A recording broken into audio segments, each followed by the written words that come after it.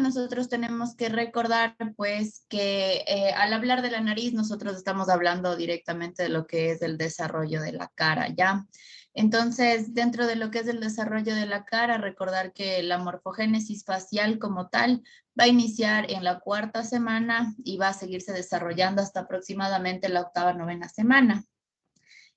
Para esto, pues, igual tenemos que tener en cuenta que en cambio la proporcionalidad de la cara, es decir, las proporciones faciales, en cambio van a estarse ya reajustando en lo que es la etapa fetal e incluso llega hasta la etapa postnatal.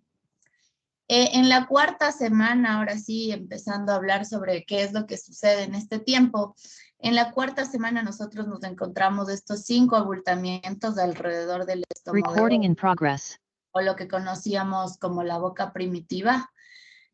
Aquí tenemos los 5 procesos, tenemos el proceso frontonasal, que es el celeste, tenemos los 2 procesos maxilares, los 2 procesos mandibulares, y bueno, abajo ya se vienen acomodando los arcos faríngeos, que en este caso no nos competen, ya que forman otras estructuras. Todos estos procesos, los 5 organizados alrededor del ostomodeo, como les digo, que son los que vamos a tener que tomar en cuenta para el desarrollo de la nariz en este caso. Pásale, por favor. Ya. Aquí igual es una vista simplemente de lo que acabamos de ver, pero una vista un poco más lateral. Durante las siguientes semanas, desde que inicia, ¿no? Como les decía, esto aparece en la 4ª semana. Entonces, durante las siguientes semanas, los procesos faciales van a seguir creciendo constantemente. Este crecimiento va a ser un crecimiento mesenquimático y se da por interacciones ectodermo-mesenquimáticas. El crecimiento se va a dar gracias también a la proliferación de células de la cresta neural, que cada uno de los procesos va a tener su origen, digamos, un origen tal vez un poco diferente. En el caso del proceso frontonasal medial, que es del que vamos a hablar más específicamente, pues son las células de la cresta neural del prosencéfalo. Y de aquí, pues, vamos a comenzar a hablar qué se va a formar, ¿no? De este proceso frontonasal. La parte frontal superior va a dar paso a lo que es la frente, y la parte nasal inferior de este proceso frontonasal es la que nos va a dar como origen a la nariz como tal. Pásale, porfa. Ya. Chicos, por las cámaras, no están prendiendo las cámaras, solo 5 de sus compañeros prendieron cámaras. Lo único que les pido son cámaras a todos. María José Pasquel, Daniela Tinillo, Carolina Gómez.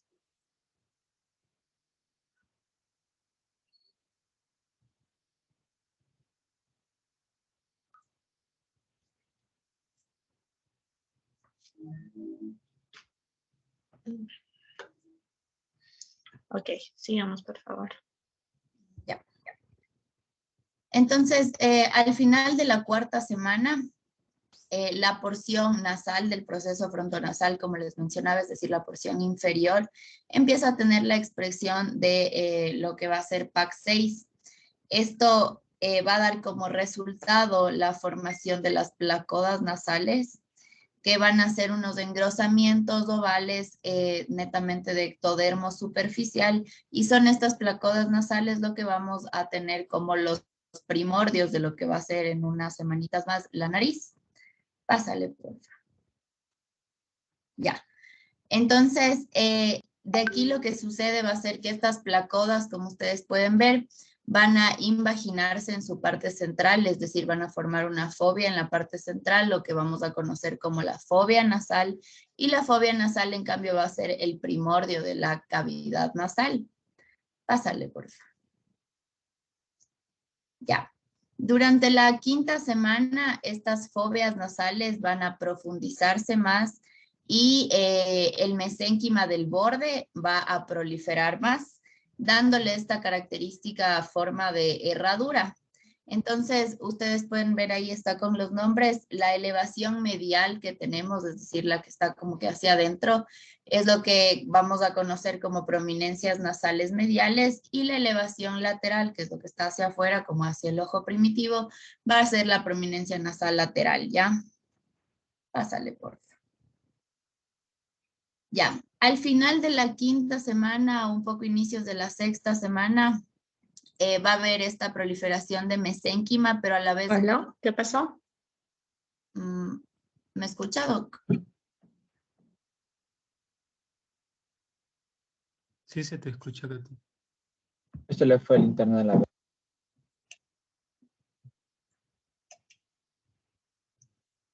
¿Escucharon? Ahorita sí, Doc, se lo escucha.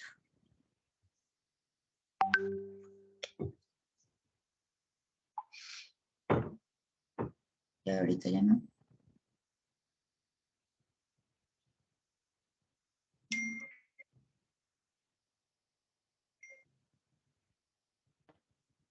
Continúa, Doc. ¿Me escucha? Déjenme, me detengo el video porque es la única forma que ahí me escuchan mejor. Sí, Doc. Ya nada. Perdón, chicos, por yo soy la primera que me toca apagar la cámara. Sigan, por favor. Ya, entonces, bueno, les estaba comentando que al final de la quinta semana, inicios de la sexta semana, hay esta proliferación de mesénquima, pero también como una, o sea, un punto de referencia importante es que inicia el desplazamiento de las prominencias maxilares, que son las moradas, hacia la línea media. Este desplazamiento de las prominencias maxilares, a pesar de que no nos vamos a enfocar en estas, es muy importante en el proceso de formación de la nariz, porque este movimiento va a ser el que arrastra a las prominencias nasales para que también comiencen a aproximarse entre sí. Entonces, la aproximación vendría dándose entre las prominencias nasales laterales y los procesos maxilares. Durante este desplazamiento es que nosotros justamente entre las prominencias nasales laterales y el proceso maxilar empieza a formarse el surco nasolagrimal. Pásale. Bien. Al final de la sexta semana, los procesos maxilares en cambio ya inician igual un proceso de fusión o de unión con las prominencias nasales laterales.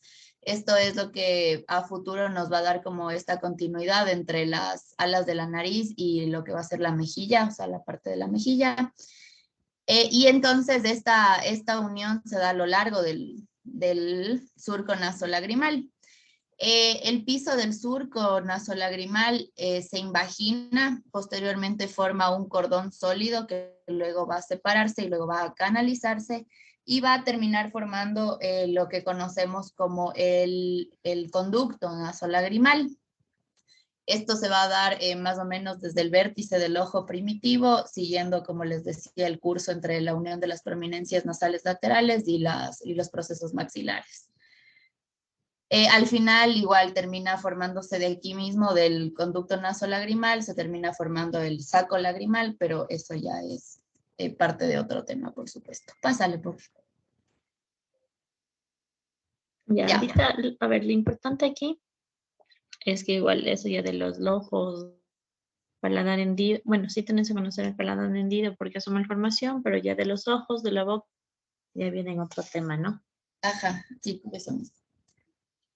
Ya, durante la séptima semana termina ya este desplazamiento medial de los procesos maxilares y las prominencias nasales medias terminan encontrándose en la línea media e inician el proceso de fusión. En este proceso de fusión se termina conformando el segmento intermaxilar, que vamos a llegar solo hasta esa parte en ese sentido, porque ya eso es justamente parte de la formación de paladar. Okay. Y refiriéndonos a lo que es nariz, este último desplazamiento medial y esta fusión que se da ya durante la séptima semana va a permitir tres cosas. Entre esas cosas, como les digo, formación de lo que es labios y encías, los ojos finalmente alcanzan una posición final y lo que nos compete en este tema es que se da la formación de la nariz definitiva en el centro del tercio medio facial. Entonces, una cosa, justo lo que decías del paladar es importante en la nariz, que las paladar que tú vas a estar hablando, esos se unen a la mitad y ahí es lo que dan a formar tanto duro como blando. ¿Bien? Sigan, por favor. Pásale, por favor. Ya, entonces al final terminamos nosotros viendo cuál es el origen de las diferentes estructuras de la nariz o de las diferentes partes de la nariz. El dorso, lo que va a ser el dorso, la punta de la nariz definitiva y parte del tabique nasal van a estarse formando como consecuencia de la fusión de las prominencias nasales mediales. Ese va a ser su origen. La parte de las alas de la nariz, eso se va a formar gracias a las prominencias nasales laterales. La raíz o la parte de acá arriba o el puente nasal, que también lo conocemos, eso viene formándose del proceso frontonasal medial, es decir, un poco de la parte que más bien forma la frente. Y las cavidades nasales vienen a formarse, como les dije en un principio, como origen tiene a las fobias nasales. Antes de terminar con esto, regrésale por fin. Antes de terminar con esto, es importante mencionar que hasta la 5ª semana los sacos nasales primitivos van a estar separados de lo que es la cavidad bucal por la membrana buconasal. Y esta membrana termina por romperse a la 6ª semana. Entonces, esto es como que igual un dato que tenemos que tener en cuenta para hablar de lo que es la formación de nariz, porque es finalmente en la 6ª semana cuando tenemos ya la comunicación entre lo que es cavidad nasal y cavidad bucal. A ver, Carolina Gómez, por favor, háblame. ¿Qué entendiste de las prominencias? ¿Cuántas prominencias son?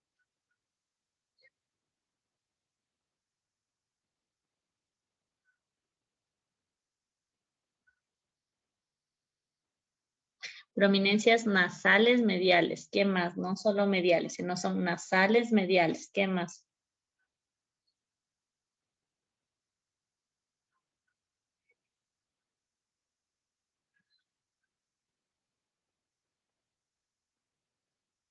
Tenemos la prominencia frontal. ¿Qué más? ¿Qué prominencias más hay, chicas? Aquí te está faltando.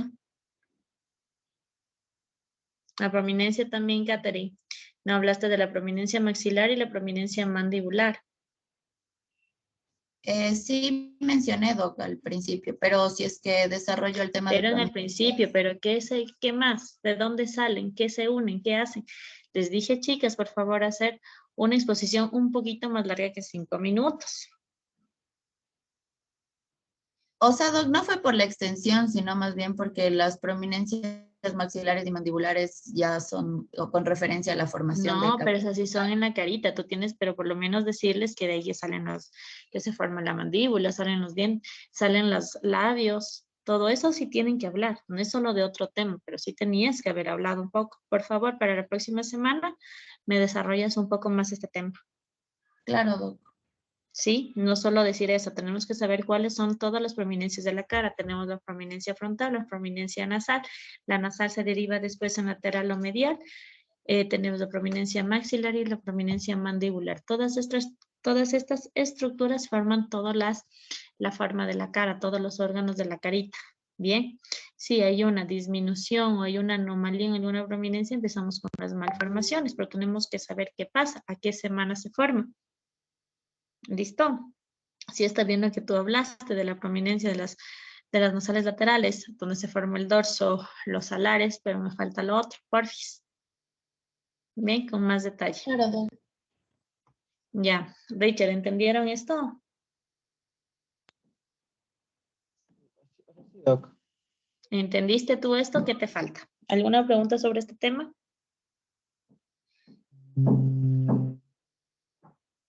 De mi parte, no, Doc. ¿Todos entendieron, chicos? Sí, doctora. Sí. Bueno, empecemos con anatomía, que si no entienden anatomía estamos re perdidos. Denle, chicos. Ya, entonces vamos a continuar con lo que corresponde a anatomía de la nariz. La nariz propiamente dicha es la porción que sobresale más de la cara. Esta va a estar conformada desde su dorso, desde la raíz hasta el ápice o punta. Y debajo inferior al dorso vamos a encontrar unos orificios piramidales que son las fosas nasales. También hay que recalcar que la piel que recubre la porción cartilaginosa de la nariz va a ser más gruesa y va a contener un gran número de glándulas sebáceas. La forma de la nariz va a depender también de la forma y del tamaño de los cartílagos que la conforman.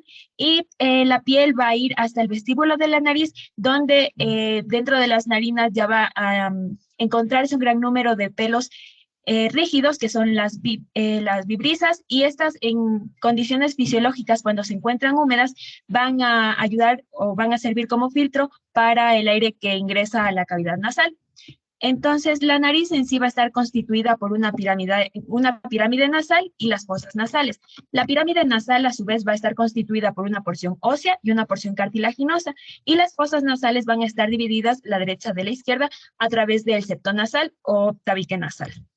Entonces, en el esqueleto de la nariz, tenemos la porción ósea que va a estar constituida por los huesos propios de la nariz, la porción ascendente del hueso maxilar o el proceso frontal del hueso maxilar, también la porción nasal del hueso frontal y la espina nasal.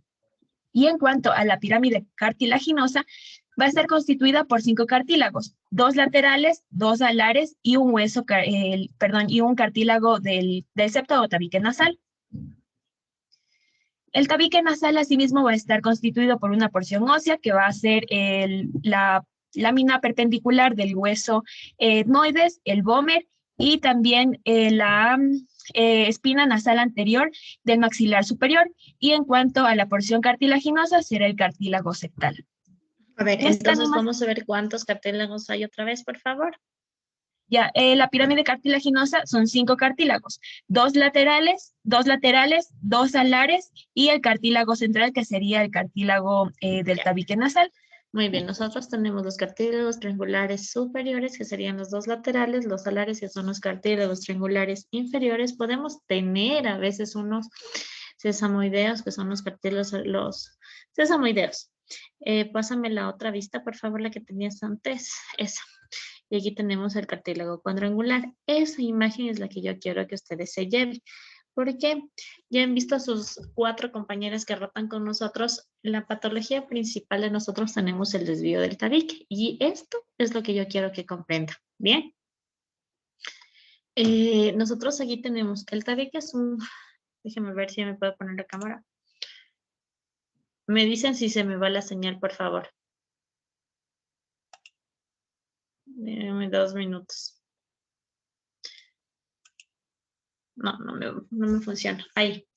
El tabique tiene que ir recto. Bien, como una hoja. ¿Listo? Entonces el cartílago también tiene sus caras.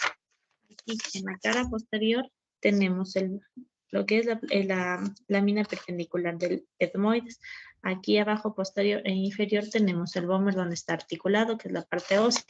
Acá ya tenemos todo lo que son las crestas. ¿Listo? La cresta maxilar y la cresta palatina. Tenemos aquí arriba lo que son los huesos propios de la región frontal. Todo eso nos conforma la bóveda. Bien, todo es lo que es el tabique nasal. El tabique nasal, cuando nosotros tendríamos que verlo así, ¿sí o no? Recto, pero muchas veces no está recto. Tenemos nuestras desviaciones. Y eso es lo que nosotros vamos a resecar en los momentos de la cirugía, la parte donde está desviada. Y muchas veces, a veces pasa hasta la lámina perpendicular o hasta el vómer. Así que quiero que vean bien esa imagen, que es la que nos importa bastante para poder diferenciar o para saber después cuando yo les digo qué está en la cavidad nasal, dónde está articulado el tabique. Bien, qué es lo que nosotros nomás vamos a resecar cuando estamos hablando de un desvío del tabique. ¿Listo? O cuando esto, sobre todo también en huesos propios, que es lo que vamos a ver. Entonces tenemos el tabique, la lámina perpendicular, el vómer, la cresta palatina, la cresta maxilar y arriba también donde se insertan los huesos propios. ¿Listo? Ya, sigamos chicos. Me apago otra vez, mil disculpas. Ya. Aquí tenemos una animación que nos indicaría cómo se observan los 5 cartílagos que mencionamos. Cartílagos alares, los mayores, menores y el cartílago del tabique.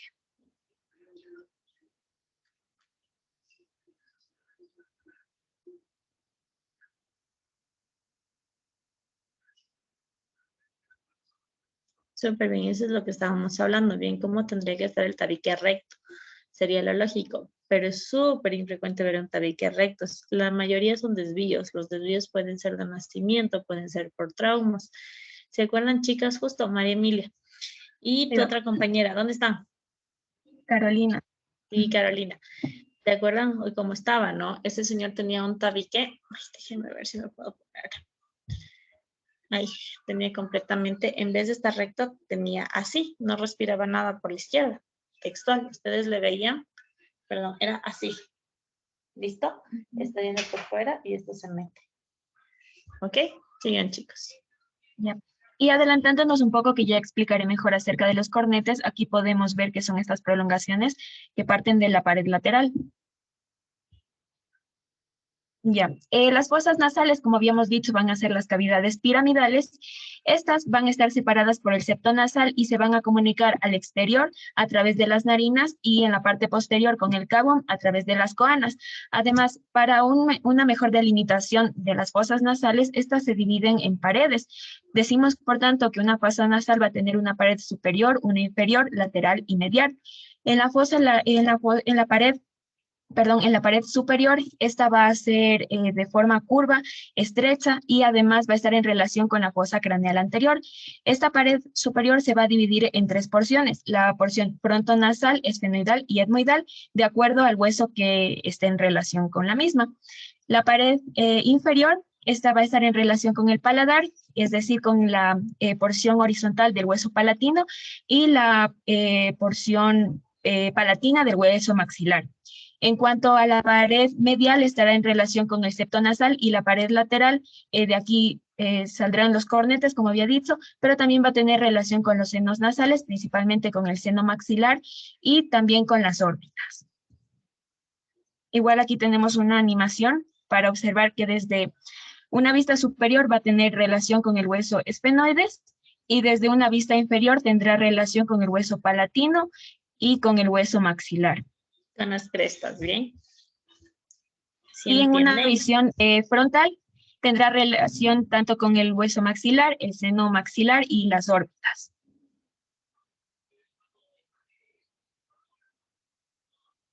En cuanto a los cornetes nasales, esto ya habíamos dicho, van a ser prominencias óseas que nacen, por así decirlo, a partir de las paredes laterales de las fosas nasales, y estos cornetes normalmente en algunas especies dice que se pueden encontrar enrollados y así aumentan la amplitud o el área donde se produce este intercambio de calor.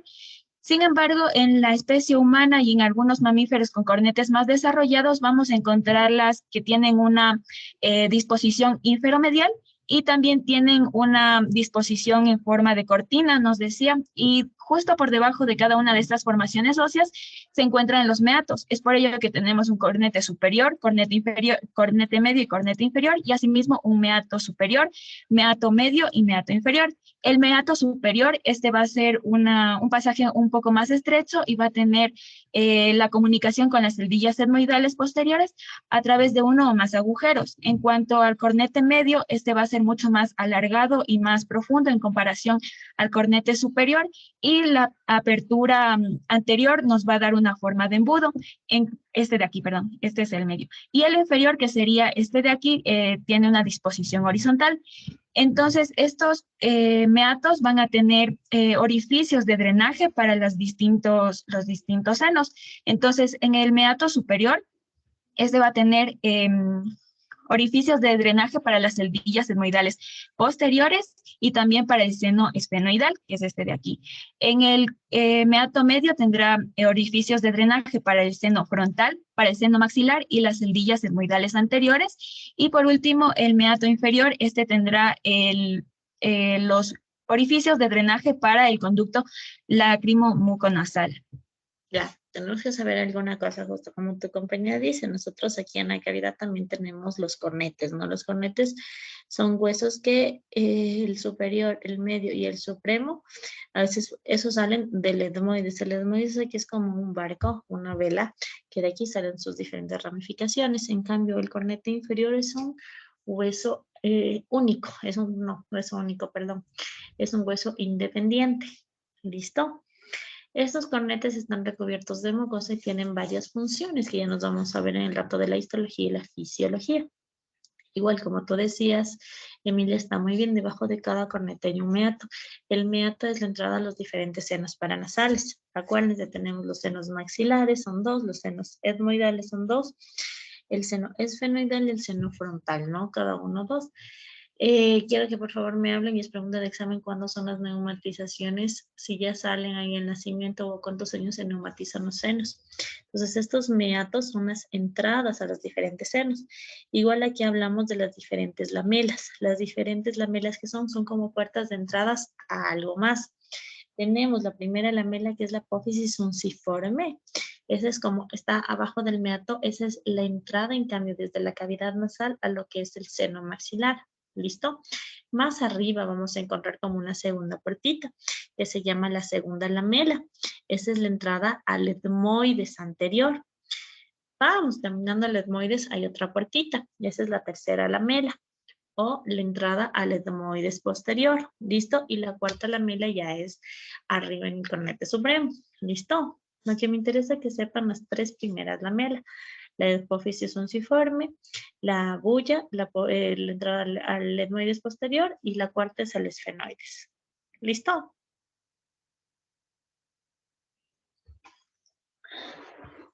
Ya. Entonces continuamos con los senos paranasales. Los senos paranasales son cavidades aéreas que se encuentran en el macizo facial o también se consideran como prolongaciones de las fosas nasales. Encontramos que se presentan en números pares, sin embargo, no siempre son simétricas, sobre todo los senos frontales, como ya vamos a ver en una imagen más adelante. Los senos paranasales son los senos frontales, etmoidales, esfenoidales y maxilares. Los senos frontales se encuentran entre la tabla externa y la tabla interna del hueso frontal. Los senos etmoidales se consideran que son pequeñas invaginaciones de la mucosa, tanto del meato superior y del medio en el hueso etmoides, y el seno esfenoidal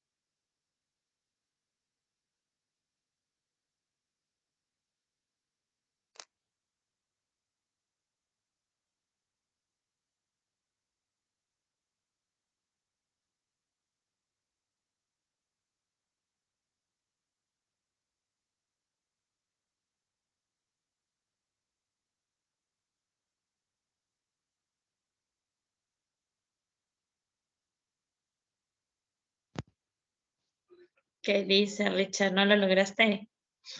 Doc, yo hice lo que me dijo Eri, pero ya creo que no vale. Igual mi compañero José intentó en oftalmo y no nos valió, Doc. Entonces creo que ya el Zoom ya se puso pilas y ya no me deja hackearle. Yo no sé cómo hacían ellos, pero lo lograron. Miren, en Teams, es que ya me compré otra compu, pero ¿qué contraseña puse? No sé. Hasta volver a intentar esa miércoles de computadora, más de comprar una mejor computadora para tener clases con ustedes y me olvidé la contraseña. Soy un desastre. Así que ríete nomás, José. Me pasa de todas. En esta compu, déjame ver si me abre bien el Teams. Está media tonta la compu. Si no, hagámosle por Zoom y yo les prometo la próxima clase, yo ya me creo las reuniones mejor en mi Zoom ilimitado de la capa. ¿Ya? Entonces, que normalmente ahí teníamos y no nos preocupamos. ¿Listo? Entonces, hasta eso, Richard, sigamos con lo tuyo. Vean si lo logran hacer otra vez y si no nos vemos por Teams o lo mío. ¿Ok? Sí, Doc. Lo que pasa es que por Entonces, Teams ahora me ahí ya imagino nos que queda... claro, hoy te toca crear otra reunión luego de esta, así cuando se acabe creas otra vez otra reunión. Vamos a hacer esta clase, vamos a hacerle así, ya nada. Es que ¿Ok? se nos queda todo ya como que guardado las clases. Entonces como que es más fácil para nosotros revisar las clases y así. ¿Y En por cambio, dónde le veo eso? eh, entonces quedó, o sea, en Teams nosotros ya, yo me encargo de crear el aula y solo le agrego a usted con su correo institucional y de ahí yo le envío links de cada clase, eso se queda guardado ahí y Ya dale.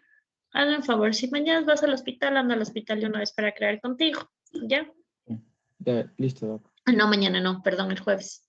Mañana tenemos quirófano. Déjame ver también yo en mi computadora y estoy más que segura que sí tenía Teams, pero no estoy segura. Pero eso ya es más fácil decirle a mi hermano que me dé bajando.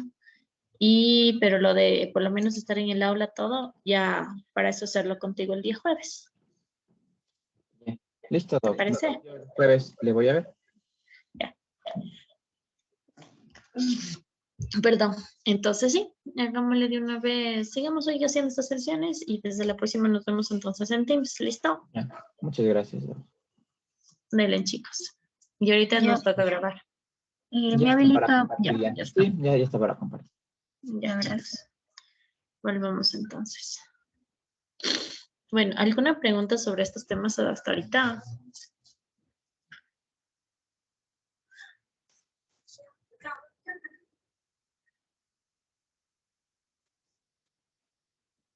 Ya, a ver, tú tenemos, piensa en el tabique, ¿listo?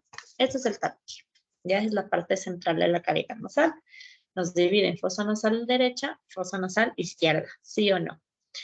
Pero nosotros atrás tenemos el hueso etmoides. El hueso etmoides es como el mandatario de todo, es el que te da la forma, el que te da sostén, el que te da todo el respaldo de la fosa nasal, de donde salen todos los huesos. Nosotros tenemos aquí el etmoides, donde está la lámina papirácea y también está el lomo. Entonces, aquí del etmoides van a salir 2 o hasta 3 huesitos, ¿bien? Entonces, este está el cornete medio, el cornete superior y el cornete supremo. Están así. Pero tenemos un hueso independiente que es el cornete inferior. Son así. ¿Listo? Estos cornetes están recubiertos de una mucosa y esta mucosa tiene cilios, lo que le da la funcionalidad de la nariz, lo que nos da las características del aire que tiene que entrar a la nariz. ¿Ok? Entonces, debajo de cada cornete, nosotros también tenemos los meatos. Los meatos son como puertas de entradas a algo más. Por ejemplo, debajo del cornete inferior tenemos el meato inferior. ¿Qué crees que drenaría en el meato inferior?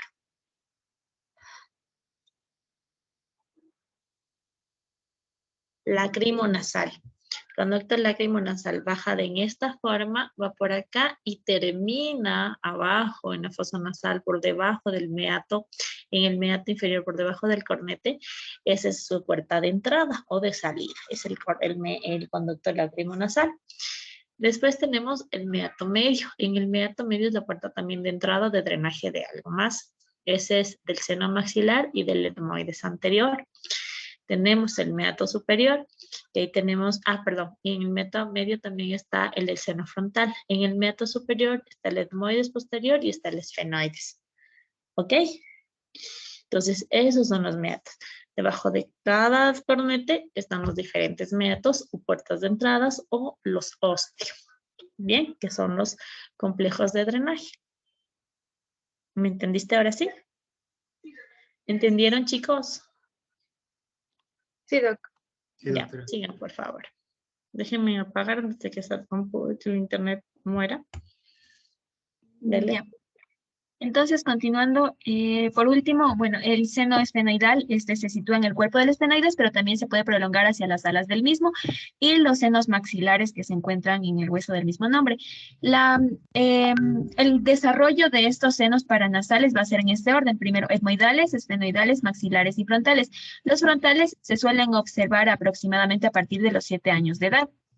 Y como vemos, esta es la radiografía que les decía, donde podemos observar la asimetría de los senos frontales. Como vemos, este es mucho más grande que este y por ello... Ya. Pasando a la irrigación, drenaje venoso e inervación de la nariz. La irrigación va a estar dada principalmente por 5 arterias: la arteria etmoidal anterior, etmoidal posterior, esfenopalatina, palatina mayor y una rama de la arteria labial superior. Quiero que me esperes un ratito ya. Entonces aquí tenemos 2 arterias principales, pero no podemos mezclar todo. Exacto. Primero, no, más sí le voy a hablar las de eso, Doc. Eso mismo quiero que me digas ahora, Ya. para que entiendan. Entonces, ya partiendo la irrigación primero de la arteria carótida externa, que nos va a dar la rama, la facial y la maxilar interna.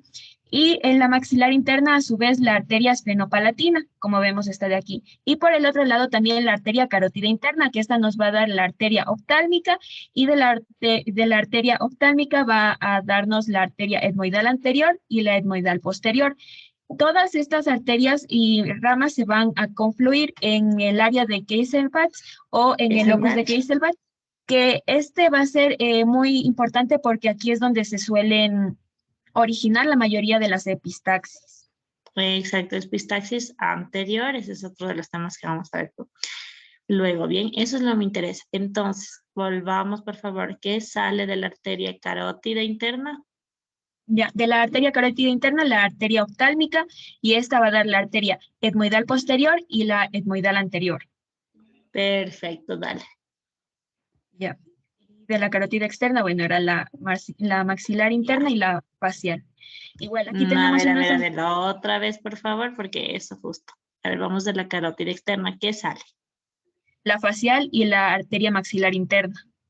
De la facial, ¿qué sale? La rama del subtabique. Bien. De la maxilar, entonces la carótida externa da la rama a la maxilar interna y de la maxilar interna da ramas a la esfenopalatina, que se queda lo que es en la parte posterior del tabique. Bien. Posterior inferior. Miren, chicos.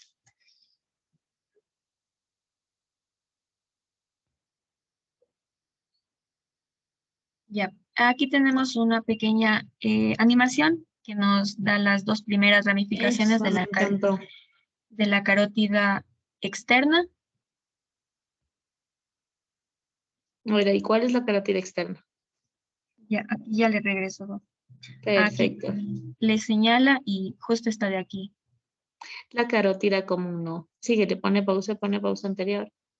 Antes. Tenemos la carótida común que da 2 ramas, la carótida interna y la carótida externa. La carótida interna da 2 ramas que son los etmoidales, anterior y posterior. Y la carótida externa te da la facial y la maxilar. Y de la maxilar sale la esfenoidal, ¿no? Dale, chicas. Ya. Y en cambio aquí sería la carótida interna, que nos iba a dar la arteria oftálmica.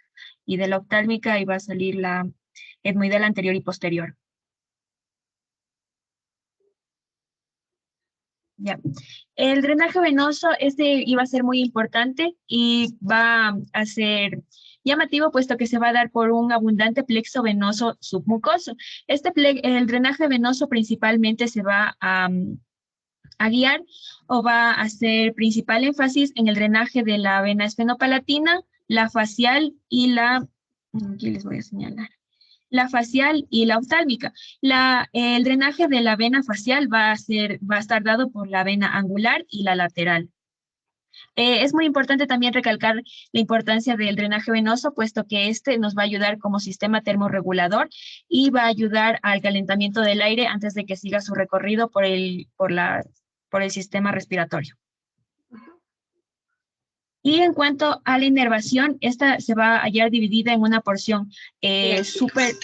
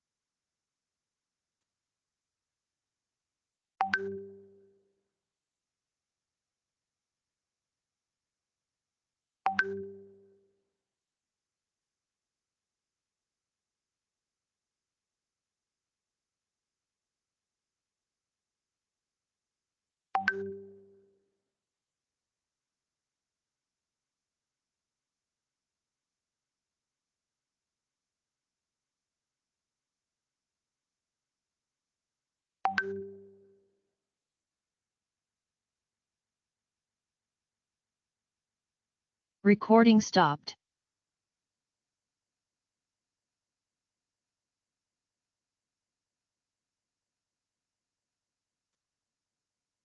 Mil disculpas, chicos. Dale, otra vez. Recording in progress. Recording in progress. Ya. En cuanto a la inervación, esta va a estar dividida en una porción antero-superior y postero-inferior. La inervación del área postero-inferior va a estar dada principalmente por el nervio palatino y por el nervio nasopalatino. Igual lo vemos, están aquí las ramas y también en esta imagen de aquí el palatino y el nasopalatino, con sus ramas que van a llegar hasta el tabique. Y en la inervación de la porción supero-anterior, esta va a estar dada principalmente por el nervio oftálmico, que igual nos va a dar los nervios dermoidales anteriores y posteriores. Algo a resaltar aquí también va a ser que la mucosa nasal se va a dividir en una porción respiratoria que va a corresponder a los 2/3 inferiores y una porción olfatoria que va a corresponder al tercio superior, que se encuentra en el techo de la fosa nasal, y es aquí donde también encontramos los nervios olfatorios que van a cruzar la apófisis cristagalli, la lámina cribosa, hasta conformar el bulbo olfatorio. ¿Cuál es la apófisis cristagalli?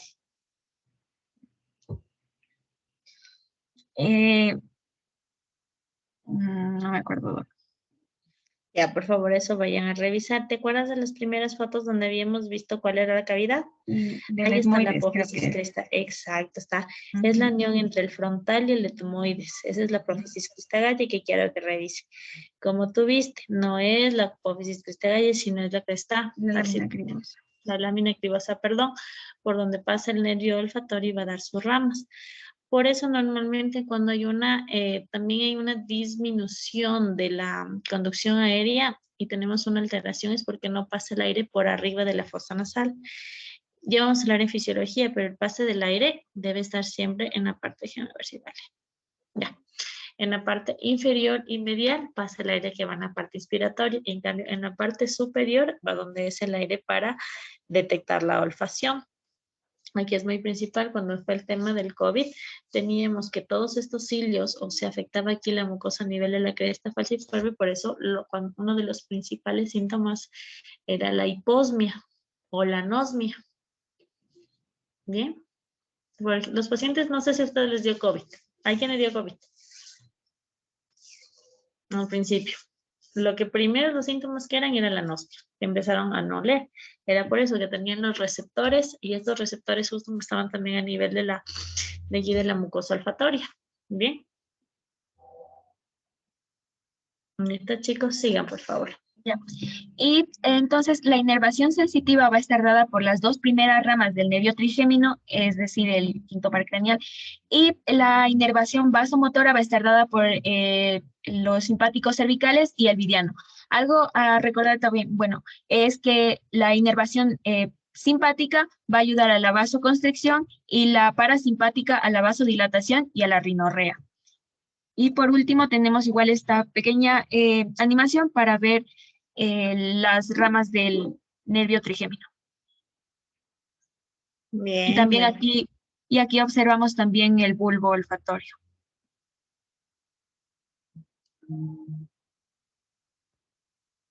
Listo, lo que eso es todo.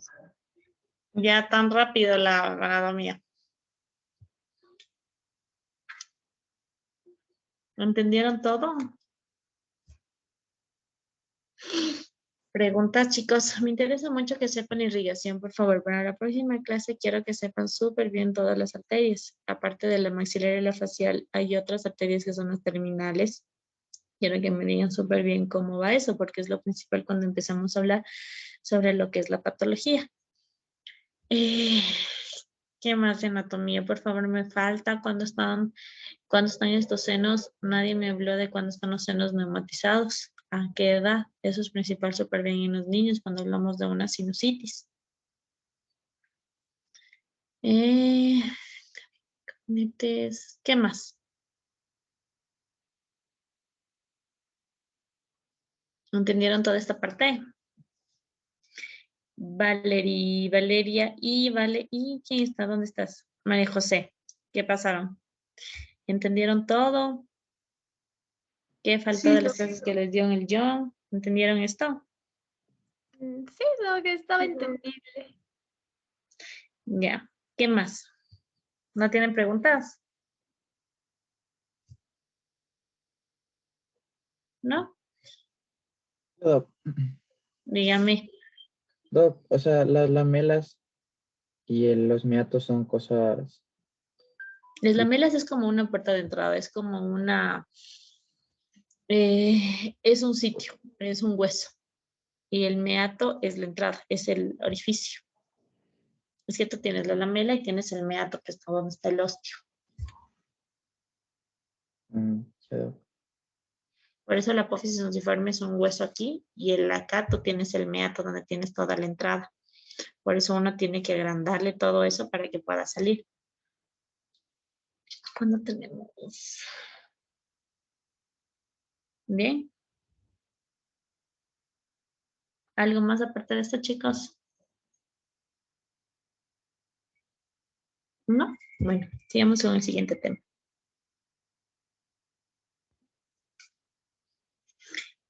Richard, con estos temas que ahorita estamos adelantando, que vemos en 2 semanas, ¿estamos al día con clases o tendríamos también que tener así clases, 2 temas más o menos en una semana? Con lo que está dividido, quizás sí estamos al día, Doc.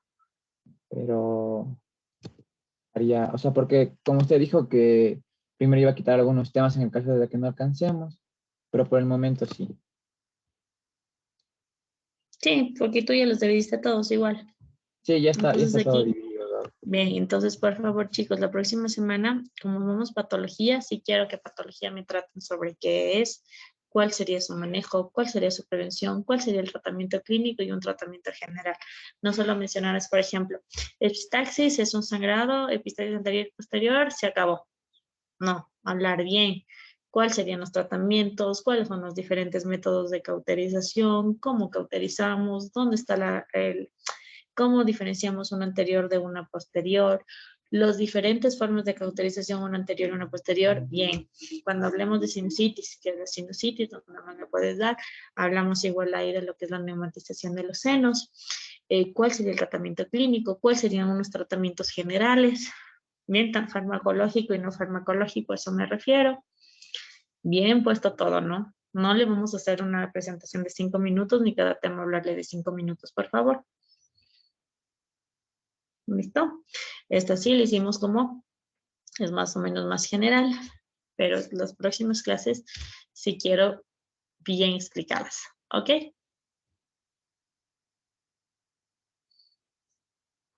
¿Listo? Empezamos, chicos. Bueno, buenas tardes, doctora. Buenas tardes, chicos. Nosotros les vamos a hablar, pásale por favor, acerca de la histología y la fisiología de la nariz. Vamos a comenzar primero por la histología. Siguiente.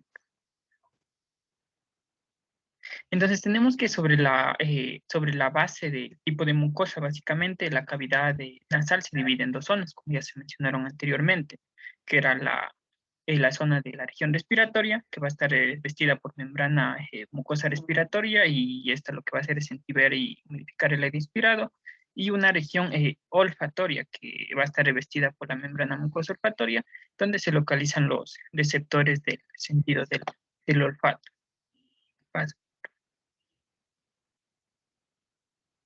Bueno, comenzamos con la región respiratoria. Entonces, aquí tenemos que los orificios nasales van a conducir hacia el vestíbulo nasal, que va a estar representado con aproximadamente 1.5 centímetros anteriores de lo que es la cavidad nasal y la nariz en la parte externa. Entonces, lo que es este vestíbulo va a estar revestido por piel, con grandes pelos terminales, los que se les denominan las vibrisas. Entonces, estos son capaces de captar insectos y partículas de aire inspirado. Entonces, aquí básicamente tenemos que en la epidermis tiene el epitelio plano estratificado queratinizado con pelos rígidos, como les dije, que van a ser las vibrisas. Y en la dermis vamos a ya contar con, en cambio, con tejido conectivo denso, gran cantidad de glándulas sebáceas y glándulas sudoríparas. Y este se va a continuar con el epicondrio del cartílago de la nariz, que ya se mencionó anteriormente. Aquí también es importante mencionar que en la parte posterior el epitelio estratificado plano se va a tornar más delgado y van a desaparecer ya los pelos y las glándulas sebáceas antes de la transmisión a la cavidad nasal, que es la que se encuentra en la parte superior. Entonces lo que se obtiene en esta zona es una zona de transmisión del vestíbulo nasal que va a representar una zona mucocutánea. Perfecto. Ya dentro de la cavidad nasal, propiamente dicho, tiene paredes irregulares debido a la presencia de los cornetes que básicamente incrementan la superficie de forma notable y producen turbulencias en el flujo de aire. Entonces, es importante porque este aumento del contacto con la superficie de la mucosa, por lo que las partículas pequeñas van a ser captadas en la capa de moco de la superficie que está en este epitelio, y también el aire sentido. Bueno, esto ya les comenta más adelante mi compañero. Entonces, el epitelio de la cavidad nasal va a ser pseudoestratificado. Pásele, por favor. Ya, aquí. Entonces, el epitelio de la cavidad nasal es pseudoestratificado, cilíndrico ciliado y tienen numerosas células caliciformes. Este epitelio va a estar descansando. ¿Y qué hacen las células caliciformes? Producen secreción. ¿Qué tipo de secreción? Serosa. Por favor, eso tienes que decirme qué tipo de secreción producen las células calciformes, ¿no? Y qué tipo de secreción producen las mucoserosas. ¿Ok? Por favor, Richard, toma nota de todas las necesidades de aprendizaje que estamos sacando. Deben, chicos. Ya. Bueno, también teníamos que, de lo que ya es la lámina propia, el tejido va a estar descansando sobre esta lámina de tejido conectivo, que también es denso, que en profundidad se va a continuar con el periodo del cóndilo del esqueleto de la nariz. Entonces aquí la lámina propia se encuentran numerosas glándulas mucoserosas mixtas con sus conductos ya excretores que van a desembocar en la superficie respiratoria. Pásale. hablando de la región olfatoria, que esta mucosa olfatoria va a representar una zona pequeña que es alrededor de aproximadamente 2 centímetros cuadrados en cada mitad del techo y de las paredes superiores del tabique y de los cornetes superiores. Aquí ya contamos con un epitelio pseudoestratificado cilíndrico, que ya este va a ser muy alto, como podemos ver en esa imagen, y en estado fresco representa, puede estar presentado por un color pardo amarillento debido al contenido de pigmentos de las células sustentaculares que ya les nombro más adelante. Y básicamente en esta región olfatoria vamos a tener 3 tipos de células: las células olfatorias, las sustentaculares y las basales. Ok.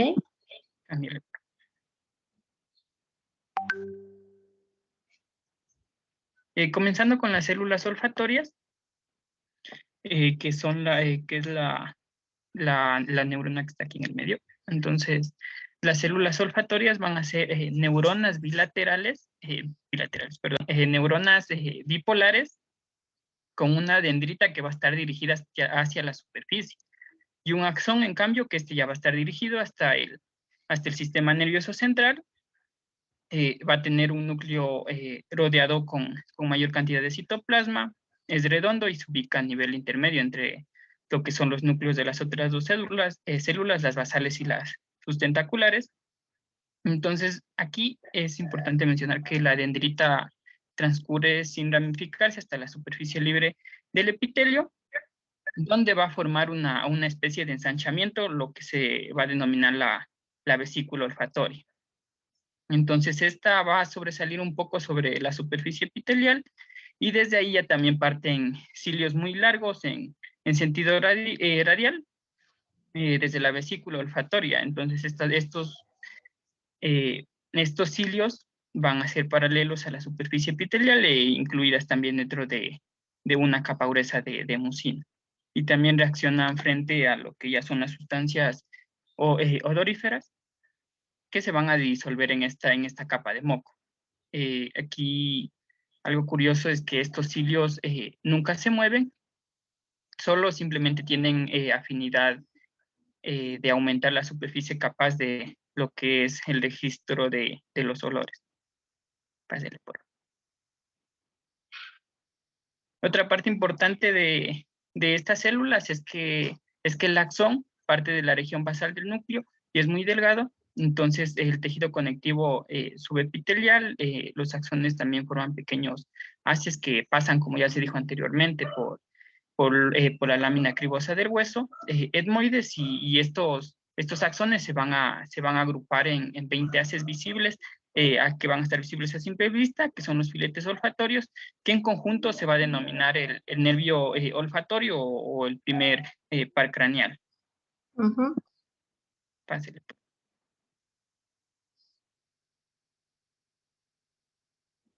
También dentro de esta región tenemos las células sustentaculares o también denominadas de sostén. Estas células van a separar las células olfatorias y rodean la dendrita y también el axón. Esta ya tiene núcleos ovalados y se ubican en la parte luminal del epitelio, donde el citoplasma va a ser abundante. Okay. En la parte... ¿Perdón? Ok, estás bien, ok. Perdón, no lo escuché. Ya, en la parte apical, las células van a estar unidas entre sí y con las dendritas olfatorias mediante varios complejos de unión. Desde esta superficie apical parten numerosas microvellosidades que se mezclan con los cilios olfatorios que les nombré anteriormente de la membrana superficial. Entonces, las células contienen también gránulos de lupufusina, que estas ya les van a conferir el color pardo amarillento que les mencioné anteriormente. Ok. Tenemos el tercer tipo de células, que ya son las células basales. Entonces, estas son células pequeñas que van a estar ubicadas en la parte basal del epitelio, que van a ser bastante indiferenciadas y también, por ende, susceptible a sufrir mitosis. Entonces, son células madres de las cuales algunas de las células hijas pueden diferenciarse a las dos formas de celulares maduras que les nombré anteriormente. Entonces, las células olfatorias solo tienen, sin embargo, una vida media de 4 a 8 semanas, que esto puede variar ya entre cada célula, dado que estas células presentes son reemplazadas por otras que recién han sido formadas. Entonces, las células olfatorias, en cambio, recién formadas, van a enviar un axón al bulbo olfatorio, donde establecen sinapsis, lo cual significa que las células maduras pueden ser reemplazadas en caso de que exista alguna lesión o algún daño. Esta degeneración también de neuronas a partir de lo que son ya las células madres en un individuo adulto es excepcional y en el sistema nervioso periférico, pero también se encuentran en sitios aislados de lo que es el sistema nervioso central. Es importante mencionar que con la edad también disminuye la cantidad de células olfatorias con el incremento simultáneo de las células sustentaculares, lo cual concuerda con el hecho de que el sentido del olfato va a disminuir en lo que es ya en respecto a su agudeza en edad avanzada. Ya. Entonces, el tejido conectivo de la lámina propia también va a contener las glándulas de Brodmann, cerosas puras, cuyos conductos excretores van a desembocar en la superficie del epitelio olfatorio, y la secreción serosa, que esto es importante. Entonces, esta secreción de las glándulas actúa como un disolvente de las sustancias odoríferas. Cámbiale.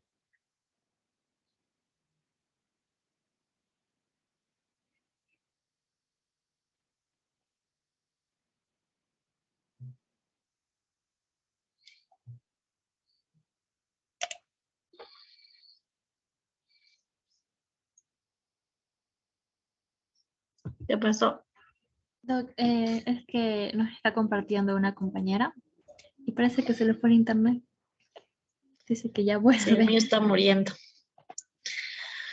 A ver, entendiendo todo lo que son las glándulas, perdón, la parte neurosensorial. Ahí tiene dos neuronas, tiene la neurona que va en todo lo que es en el epitelio olfatorio, y eso va hacia el tronco nervioso. Eso no hay mucho.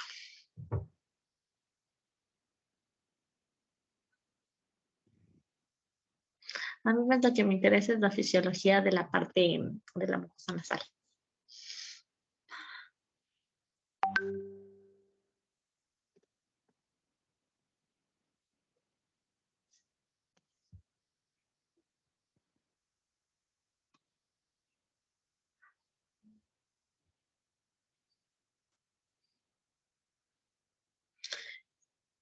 Richard, hagamos una cosa. ¿Quieren tomarse un cafecito?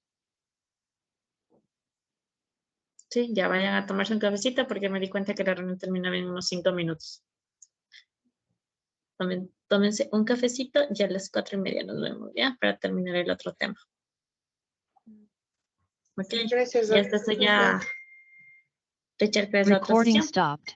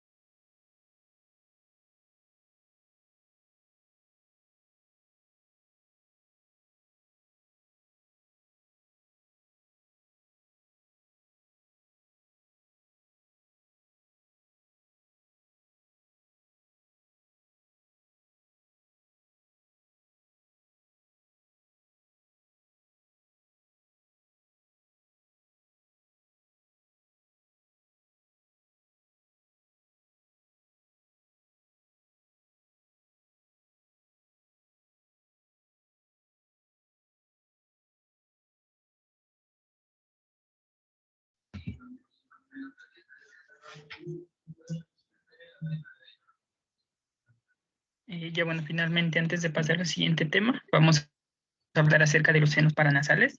Entonces, estos senos paranasales son espacios llenos de aire que van a estar comunicados con la cavidad nasal a través de orificios estrechos. Estos van a estar revestidos por el mismo tipo de mucosa que esta cavidad, que es el epitelio estratificado cilíndrico ciliado. Pero aquí lo curioso es que este epitelio ya va a ser más delgado en comparación a esta cavidad, que el epitelio era más grueso. La lámina propia igual, a su vez también va a ser muy fina y contiene escasas glándulas pequeñas. También va a tener una delgada capa de moco que recubre todo el epitelio de la cavidad nasal y los senos paranasales y la nasofaringe. Entonces, va a estar cubierto por esta fina capa de moco. Entonces, dentro de los senos paranasales, aquí los cilios se mueven en dirección a la cavidad nasal, mientras que los cilios de lo que es ya la cavidad nasal y de la nasofaringe se mueven en dirección de la orofaringe. Entonces, este constante movimiento de la capa de moco en dirección a la orofaringe va a limpiar las superficies de todas las sustancias que van a ser captadas en esta Exacto. capa. Entonces, el moco no es que se va para los cilios, no es que se van para atrás. Los cilios se hacen para adelante. Igual a nivel de los senos paranasales, no es que se hacen esto, sino hacen esto y salen para acá. ¿Bien? Acuérdense, no es un movimiento retrógrado, sino mejor sale todo para adelante. El epitelio del oído también tiene el mismo epitelio respiratorio. Entonces, esto se drena, por eso muchas veces, por eso les mandamos spray nasal, que es el corticoide, para desinflamar, porque necesitamos que toda la secreción vaya para acá. Y el de los senos hace esto. Chao. ¿Bien? Denle, chicos. Hácelo por favor.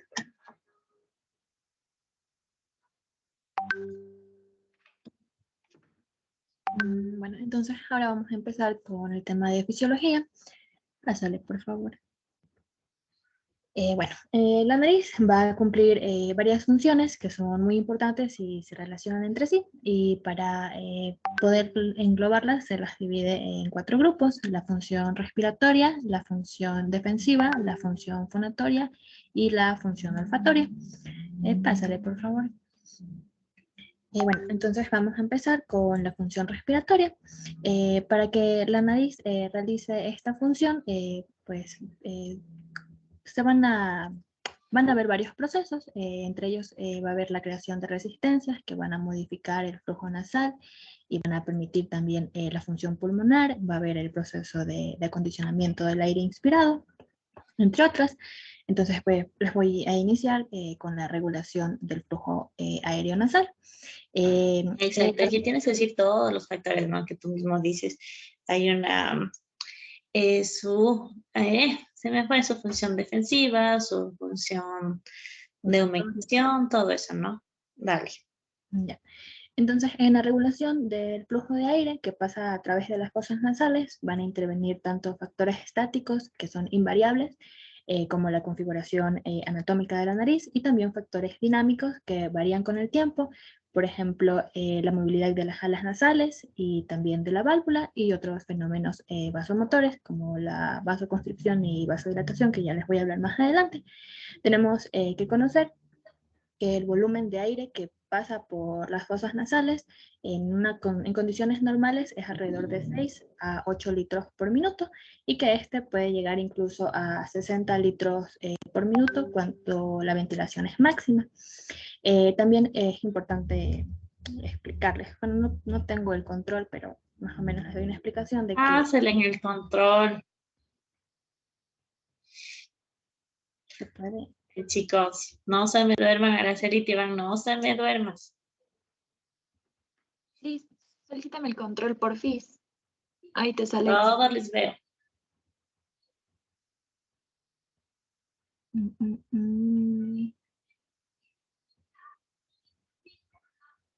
¿Dónde?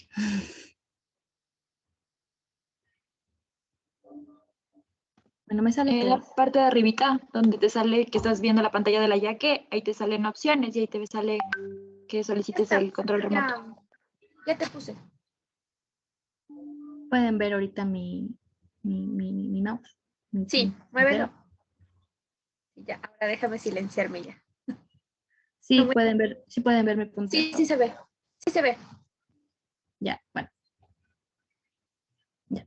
Bueno, entonces tenía que explicarles que durante una respiración tranquila, el flujo de aire va a ser predominantemente laminar.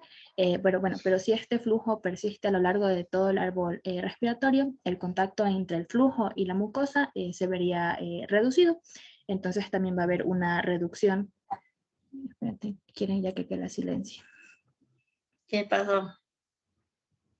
Ya que quiere que la silencie, pero no puedo. Bueno, Entonces, entonces, sí, no importa. Entonces, si el flujo laminar permanece durante todo el árbol respiratorio, va a haber un intercambio de calor, de humedad y de partículas muy bajo. Es por esto que la nariz va a poseer estructuras que vimos igual en la anatomía, como la válvula nasal, los cornetes y los meatos, que van a variar este flujo de laminar a turbulento, sobre todo al pasar el vestíbulo nasal. Y aquí, no, regrésale, por favor. Ya que regrésale, por favor.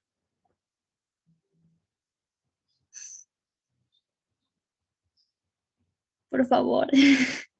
¿Qué pasó, chicos? Mejor le quito el control porque se me va a pasar. Bueno, entonces, durante la inspiración, el aire va a atravesar en primer lugar las ventanas nasales, formando una columna vertical que va a estar dirigida hacia arriba. Entonces, este flujo va a tener alrededor de unos 2 a 3 metros por segundo, y tras esto, el flujo va a converger, por así decirlo, para convertirse en un flujo.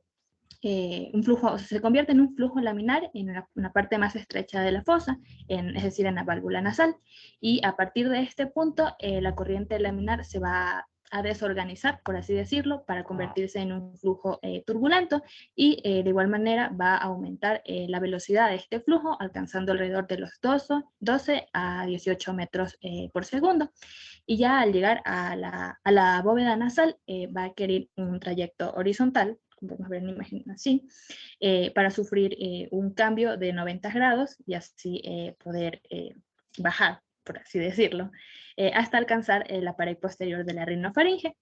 De aquí vuelve a tener otro giro para ir a una dirección inferior hacia la orofaringe, y bueno, a este nivel ya tiene una velocidad de alrededor de 3 a 4 metros por segundo. Entonces empieza con un flujo laminar vertical, después se convierte en horizontal, hace 2 giros hasta bajar y ya tiene un flujo turbulento a este nivel.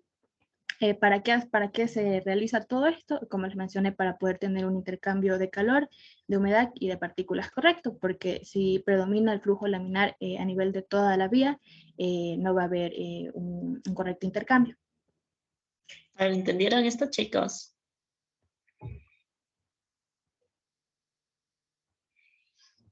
¿Entendieron o no entendieron? ¿Entendieron? Sería mejor, Doc, si repiten otra vez, por favor. Ya me di cuenta. A ver, acuérdense que nosotros tenemos el tabique, que está supuestamente recto, y tenemos los cornetes. Bien, volvemos. Aquí es lo que quiero, mejor dicho, acuérdense que es lo que nos dijo su compañero sobre el epitelio nasal. Es un epitelio cilíndrico ciliado, que tiene cilios, pelitos. El aire, para que llegue bien, no es completamente lineal. Tiene que, al tener estas estructuras, se vuelve también turbulento, es decir, que pasa así o pasa así, pero no pasa solo lineal, ¿ok? Eso es lo que está diciendo tu compañero, que al principio pasa una parte que sería lineal y luego en los cornetes se vuelve turbulento, ¿sí o no? Y después pasa otra vez lineal. Pasando y el área de los cornetes pasa otra vez lineal. Acuérdense que al tener estos cornetes, ellos también tienen la mucosa respiratoria con su epitelio cilíndrico ciliado y con sus cilios. El aire no va a entrar frío, el aire tiene que entrar caliente, el aire tiene que entrar húmedo, el aire tiene que entrar sin partículas. Entonces, al tener este flujo turbulento y pasar por esta mucosa nasal, todos los cilios hacen que entre estas características del aire para poder llegar bien hacia el aparato respiratorio inferior. ¿Listo? ¿Entendieron esto? Sí, doctora. Lizeth, ¿me faltó algo o estaba bien? Sí, lo de las velocidades, pero bueno, eso creo que no es tan importante. Ya, igual la velocidad siempre va a ser diferente. Vuélveles a repetir, por favor, para que entienda. Ya, en un inicio, Un poco más resumido. En un inicio la velocidad es baja, es alrededor de 2 a 3 metros por segundo. Después, cuando el flujo ya se hace turbulento, aumenta la velocidad alrededor de 12 a 18 metros por segundo y al final de ya la vía de las fosas nasales vuelve a bajar la velocidad alrededor de 3 a 4 metros por segundo, porque se vuelve a hacer lineal.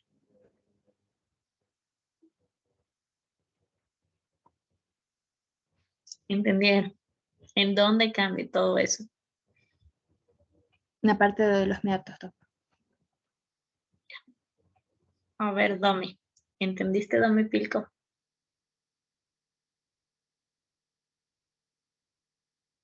Domi Pilco. ¿Qué se cambiaba en la parte de los megatros? Ya, ¿a cuánto pasa el volumen, el aire a nivel del vestíbulo nasal? ¿Cuál es la velocidad del aire?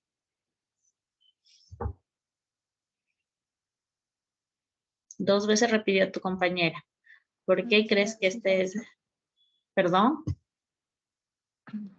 Meses de 11 litros. ¿Cómo? Dime más alta porque no te escucho. Perdón. No pasaba el flujo de aire nasal por el meato de 6 a 8. Ese es litros. Dijo de 2 a 4 metros por segundo, litros por segundo. ¿Por qué no pasa, por qué no es turbulento a nivel de la válvula nasal?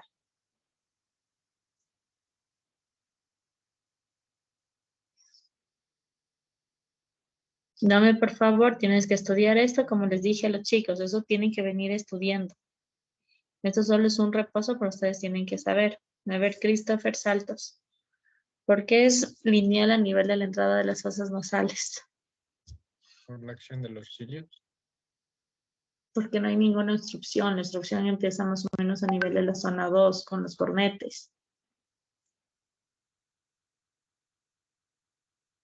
¿Sí? Aquí el aire pasa lineal porque el tabique supuestamente está recto.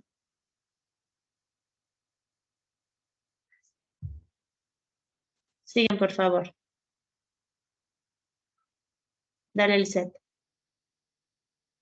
Bueno, aquí algo más que me faltó mencionarles es que también para regular el flujo a este nivel intervienen tejidos con capacidad eréctil que van a estar situados principalmente en el área septal anterior y en la pared lateral nasal y van a regular el flujo en la porción anterior de la nariz, también van a regular el ciclo nasal que ya les voy a hablar más adelante y también estas estructuras con capacidad eréctil permiten corregir ciertas irregularidades. Por ejemplo, me mencionaba en la bibliografía que permitía compensar las irregularidades causadas por una desviación de tabique. Pásale, por favor. Ya. Entonces, ¿qué son las resistencias nasales? Se refiere a la resistencia que oponen los distintos segmentos de las fosas nasales al paso del flujo aéreo. Tenemos que saber que el punto de mayor resistencia del flujo aéreo de todas las vías respiratorias va a ser la nariz y dentro de esta la mayor resistencia se va a localizar a nivel de la válvula nasal que genera alrededor del 70% de las resistencias.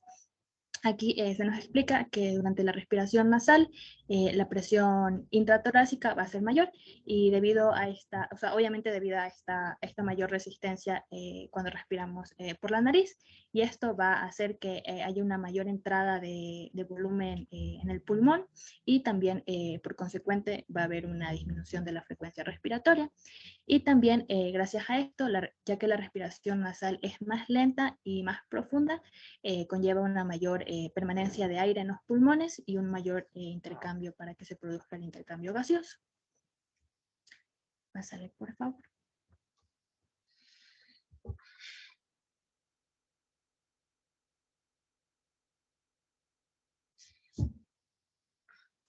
¿Qué es el ciclo nasal?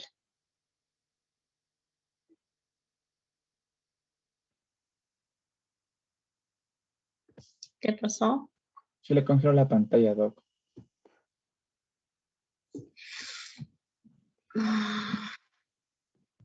¿Lloviendo? ¿Te fue el internet? Sí, Doc, dice que se le fue el internet. Hagamos una cosa, entonces quedamos para la próxima semana ya. Sí, está medio tontera. Igual ya son 10 para las 8. Me falta. Terminamos con esto y hemos adelantado bastante igual. Por favor, chicos, estudien para que puedan responder todas las preguntas. Richard, todas las necesidades de aprendizaje las vamos a ver la próxima semana. Vemos también si nos podemos conectar a las 3:15 o a las 3 o a las 3:30. Bien. Preferible 3:15 nos conectamos y terminamos igual temprano la clase. Hoy vi las aulas. La aula de atrás sigue de bodega. Sinceramente no sé qué decirles. Y si nos pondríamos online, quedaríamos aunque sea para el martes, adelantaríamos las clases. Perdón, presencial. ¿Ok? Ahí vamos viendo, Richard, lo que habíamos hablado. Sí, Mañana Doc. las chicas, acuérdense que vamos a quirófano. No sé si tienen preguntas hasta eso. Creo que no, porque creo que se respondieron todas. Doc, O alguien quiere decir. con respecto a la parte de Katy de embriología, ¿qué más debería abarcar, Doc? No, que me complete eso de todas las prominencias, por favor. ¿Y a qué tiempos? Dile ahí, a ver, que me hable un poquito de los senos paranasales que no hablaron nada de la embriología. Y ahí que me hable sobre lo que es cuándo se neumatizan o no. Dale. Listo, Doc. Bueno, chicos, vayan a descansar. Antes de otra clase, nos vemos. Un besito a todos. Ya, hasta Gracias, luego. Doc. Hasta luego. Gracias, doctora. Gracias, Doc. Recording stopped.